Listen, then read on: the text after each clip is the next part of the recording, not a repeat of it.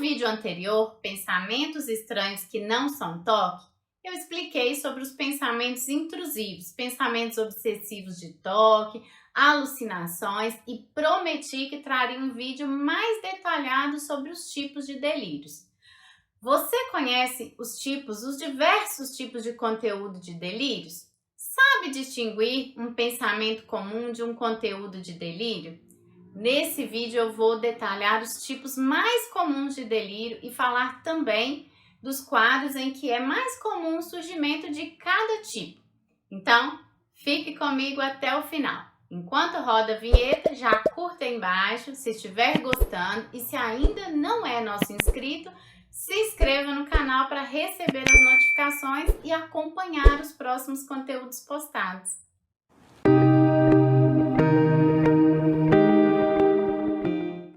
Vou começar falando do delírio de perseguição ou persecutório. Nesse tipo de delírio, a pessoa acredita que é vítima de um complô, que estaria sendo perseguida, seja pela máfia, por vizinhos, a polícia, seus pais, a esposa, o marido, o chefe, colegas do ambiente de trabalho, do ambiente estudantil, enfim, podem ser pessoas do seu cotidiano ou desconhecidos. Ele pensa que quer envenená-lo, prendê-lo, matá-lo, prejudicá-lo no trabalho, na escola, desmoralizá-lo, expô-lo ao ridículo ou até mesmo enlouquecê-lo. A perseguição é inclusive o tema mais frequente dos delírios. Os delírios podem ocorrer em quadros de depressão grave, transtorno bipolar, esquizofrenia, uso de drogas e medicamentos, entre outros quadros. Ou até mesmo ser um único sintoma, caracterizando então um transtorno delirante persistente. Se você ou algum familiar tem ideias frequentes sobre estar sendo perseguido por alguém, não deixe de buscar uma avaliação. Muitas dessas condições, quando tratadas no início, permitem uma boa recuperação ou estabilização do quadro. O delírio de referência, de alusão ou autorreferência.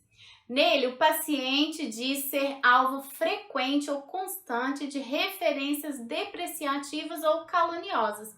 Ao passar pela rua, por exemplo, observar as pessoas conversando, rindo, ele entende que estão falando dele, rindo dele, dizendo alguma coisa ruim sobre a sua pessoa. Enfim, tudo se refere a ele. Às vezes houve algum xingamento, isso pode estar associado a um quadro alucinatório. Ou simplesmente ele deduz que a conversa das pessoas diz respeito a ele. Esse quadro é comum nas psicoses em geral, sobretudo na esquizofrenia, nos transtornos delirantes. Delírio de relação. O indivíduo delirante aqui constrói conexões significativas entre fatos normalmente percebidos. Essas conexões novas surgem geralmente sem motivação compreensível. Por exemplo, o paciente agora sabe que tudo faz sentido. Os fatos se relacionam. As chuvas do verão passado, o inverno atual mais frio e etc., como se fossem indicativos de que algo absurdo vai acontecer. Esse tipo de delírio também apresenta um contexto persecutório. Delírio de influência ou controle. O indivíduo vivencia intensamente o fato de estar sendo controlado, comandado ou influenciado. Ele sofre e se preocupa o tempo todo com essa ideia. Esse tipo de delírio é, na maioria das vezes, também um delírio com conteúdo relacionado à perseguição. Ele acredita que há uma máquina, uma antena, um chip instalado nele, um computador, que envia raios ou ondas que controlam seus pensamentos, seus sentimentos. Um ser extraterrestre, um demônio, uma entidade paranormal, algo ou alguém estaria controlando seus sentimentos, suas funções corporais. Esses delírios são fortes indicativos de esquizofrenia e revelam quão profundamente os limites do eu, que separam o indivíduo, o eu privado, da própria pessoa, do mundo, quanto isso está fragmentado. E ainda existem casos em que indivíduos de um mesmo grupo familiar, religioso, né, casais que compartilham uma ideia delirante. Seria o transtorno psicótico compartilhado ou delirante induzido, podendo ocorrer com 2 ou mais pessoas do mesmo grupo. Nos últimos dias, por exemplo, nós vimos nos noticiários um casal que acreditava que no consultório de dentista teriam instalado um chip ou uma câmera no dente da esposa e estariam espionando. Ambos compartilhavam desse pensamento. No transtorno psicótico compartilhado, isso ocorre dessa forma. Embora nós não saibamos o diagnóstico desse casal, é só um exemplo. Delírio de grandeza. O indivíduo acredita ser extremamente especial, dotado de capacidades, de poderes, acredita ter um destino espetacular, assim como na sua origem, os seus antecedentes indicam que ele é um ser superior.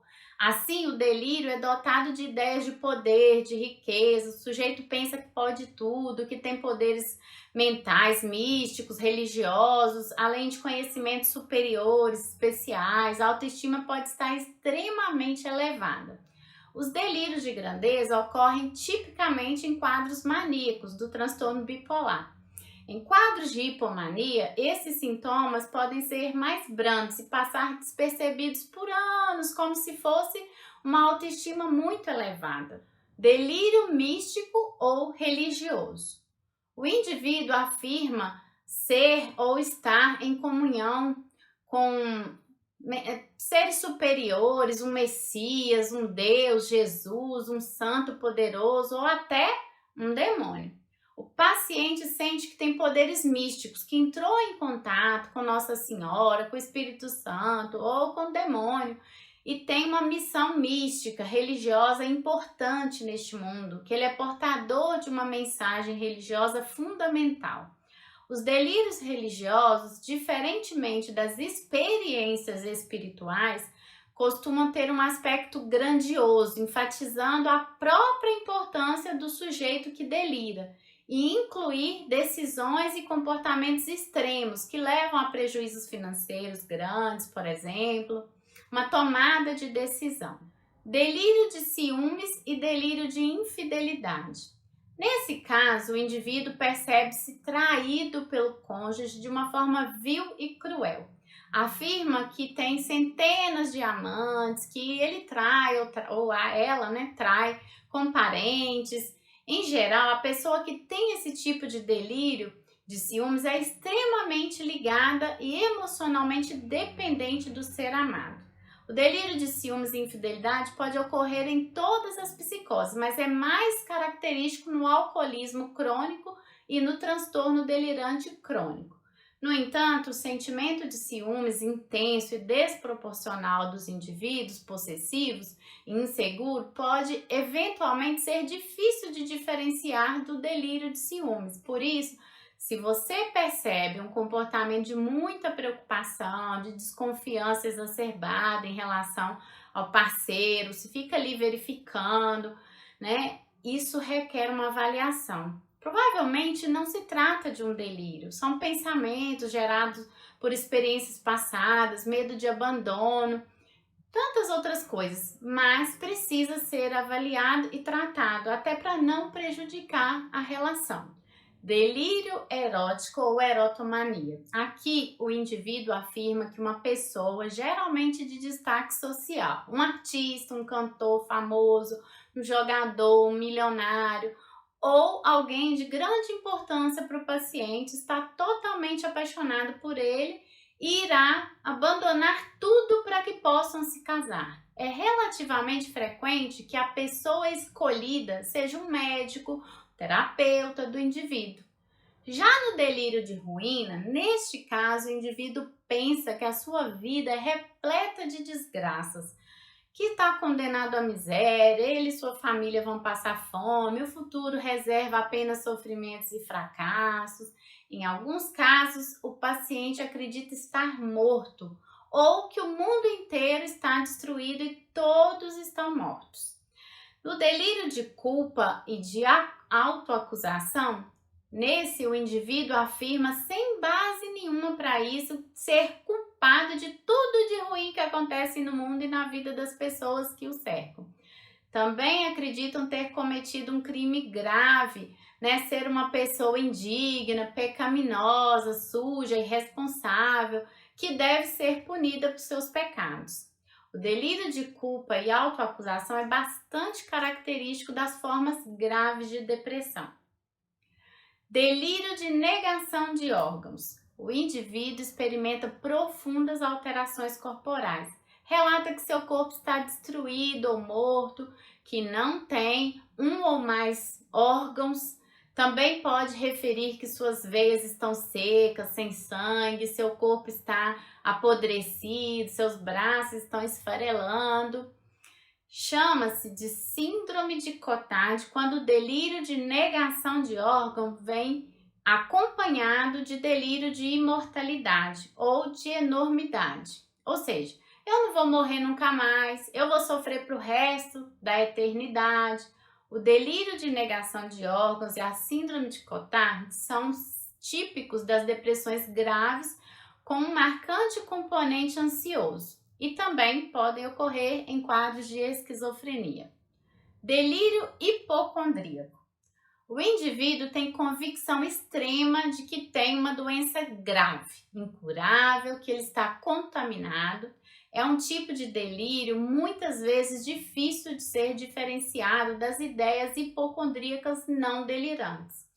O que diferencia é a intensidade da crença, assim como a total ausência de crítica do paciente e o seu envolvimento com essas preocupações hipocondríacas. Então, se a pessoa não consegue discernir bem a realidade desse pensamento, né, não consegue separar, não tem a crítica preservada, então bem provável que seja um conteúdo de delírio. O delírio hipocondríaco ocorre em pacientes com depressões graves, em casos de transtorno delirante e também na esquizofrenia. Esse é um tipo de delírio que pode passar confundido ainda com toque de contaminação. Muitas vezes, só um profissional treinado com uma escuta bem apurada vai realizar um diagnóstico diferencial. O delírio senestopático. O indivíduo afirma que existem animais ou objetos dentro do seu corpo. Esse tipo de delírio baseia-se na interpretação delirante das sensações corporais vivenciadas pelo paciente, mas sem a temática da doença. Por exemplo, um paciente pode afirmar que tem uma laranja podre no seu crânio, uma cobra no abdômen, um peixe dentro dos seus pulmões. O delírio senestopático pode ocorrer principalmente na esquizofrenia e nos transtornos delirantes. Delírio de infestação. O indivíduo acredita que o seu corpo, principalmente a pele, os cabelos, está infestado por pequenos micro-organismos. Ele relata comumente que há bichinhos na sua pele, insetos no cabelo, vermes, aranhas. Acompanhando o delírio, podem ainda ocorrer alucinações táteis. Esse tipo de delírio ocorre em pacientes esquizofrênicos, deprimidos, no delirium tremens, que é consequente do uso de álcool, em intoxicações por cocaína, quando tem uso de alucinógenos e também pessoas obcecadas por higiene corporal. E aqui, novamente, nós vemos a necessidade de um bom diagnóstico e tratamento, porque caso sejam pensamentos obsessivos de limpeza e contaminação, com o passar do tempo, se não tratados adequadamente, o aumento dessa preocupação e atenção exacerbada com a higiene pode levar a sintomas mais graves. Eu volto a destacar que nós desenvolvemos o treinamento Libertes do Toque, que pode ajudar você nesse caso. E para as crianças com sintomas de toque, nós temos o jogo do toque. Visite a nossa página e conheça. Vou deixar o link nas descrições para você. A nossa equipe também pode atender você online, basta solicitar seu atendimento no site. E para finalizar, o delírio fantástico ou mitomaníaco, no qual o indivíduo descreve histórias fantásticas, com convicção plena e sem qualquer crítica. Esse tipo de delírio é notável pelas histórias e narrativas fabulosas totalmente irreais. São descrições que se assemelham a contos fantásticos, ricos em detalhes, como se fosse a narrativa de um filme mesmo. Bom, pessoal, eu fico por aqui. Espero que o conteúdo trazido nesse segundo vídeo, nesses 2 vídeos, aliás, ajude a diferenciar um pouco o que são os seus pensamentos, os pensamentos de vocês ou do familiar de vocês, como eles acontecem, os conteúdos para relatarem com mais detalhes, facilitando o diagnóstico e, com isso, um plano de tratamento melhor, mais adaptado para que vocês tenham mais resultados. Se você não assistiu o vídeo anterior, Pensamentos Estranhos que Não São Toque, recomendo que você assista e assim o conteúdo fará mais sentido para você e facilitará a sua compreensão. E se você percebe que os seus pensamentos ou de um familiar de vocês estão estranhos, sem evidências de conformidade, sem contato com a realidade, que estão aumentados ou distorcidos, causando sofrimento ou comportamentos mais desadaptativos, busque ajuda. Nossa equipe pode atender você online. Acesse o nosso site e solicite seu atendimento. Um abraço!